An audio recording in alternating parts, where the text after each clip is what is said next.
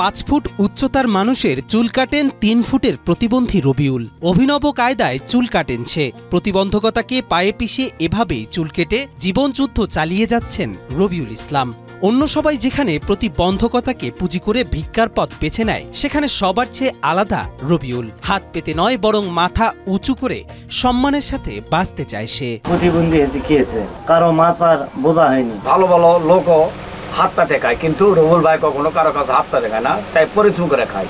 জয়পুরহাটের কালাই উপজেলার জিন্দাপুর ইউনিয়নের মহিরুম গ্রামের শারীরিক প্রতিবন্ধী রবিউল ইসলাম। দীর্ঘদিন ধরে চুলদাড়ি কাটার কাজ করে জীবিকা নির্বাহ করছেন রবিউল। নিজ উদ্যোগে রাস্তার পাশে একটি টিনের দোকানে গড়ে তুলেছেন ছোট্ট একটি সেলুন। রবিউল যখন জন্মগ্রহণ করলো তখন ভাই একদম বিকলাঙ্গ, এক পর্যায়ে বড় হয়ে গেল। তখন এই রবিউল কি করে খাবে? তার সংসার তো প্রচুর অভাব। তখন উনি চিন্তা করলো যে আমি কি করে খাই। কিন্তু রবিউল ছিল গ্রামবাসীর কাছে খুবই একটা আপদ মনে করতো, গ্রামবাসী ওনাকে অবহেলা করতো। ওয়ালটন টেলিভিশন মাত্র 25,490 টাকায় পাচ্ছেন গুগল টিভি। এই অবহেলা করার কারণে রবিউলের মনে একটা ক্ষোভ জাগে যে গ্রামবাসীর কাছে, আত্মীয় ওয়ারিসের কাছে আমি একটা অবহেলিত পাত্র, এইভাবে থাকবো না।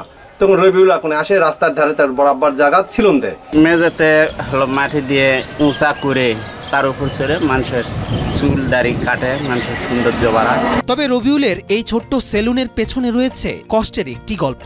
শারীরিক প্রতিবন্ধী হওয়ায় সমাজ ও প্রতিবেশীদের কাছ থেকে হয়েছেন কটাক্ষের শিকার। একসময় বন্ধুর পরামর্শে 7ম শ্রেণী পাশ করার পর ভিক্ষাবৃত্তি বেছে না নিয়ে সামনে এগোতে গড়ে তোলেন সেলুন। পড়ালেখা করেছি 7 পর্যন্ত।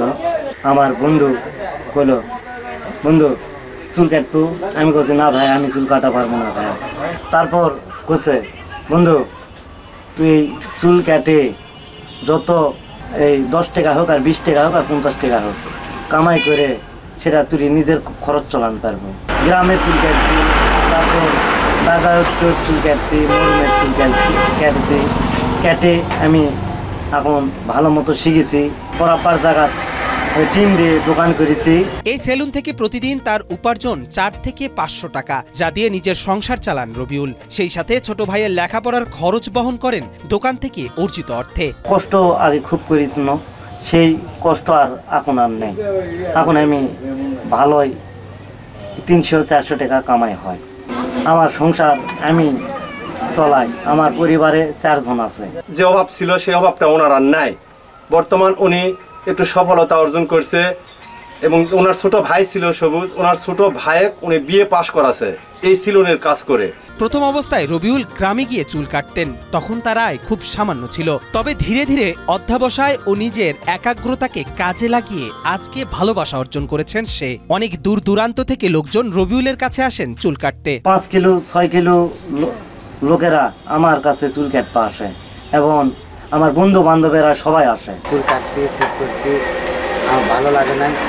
রবিউলের কাজ খুব ভালো। আমি আসছি রবিউল ভাইয়ের এখানে চুল কাটতে। তবে নতুন কেউ চুল কাটতে আসলে প্রথমে রবিউল উচ্চতা দেখে প্রশ্ন তোলে। তবে সেসব দরকার না করে স্বাভাবিকভাবে কাজ করার জন্য অভিনব কৌশল বেছে নিয়েছেন রবিউল। তবে রবিউলের স্বপ্ন ছোট্ট এই দোকানটা একদিন রূপ লাভ করুক বড় একটি দোকানে। তাতে যেমন তার কাজ করতে হবে সুবিধা, তেমনি স্বস্তি পাবে গ্রাহকরা।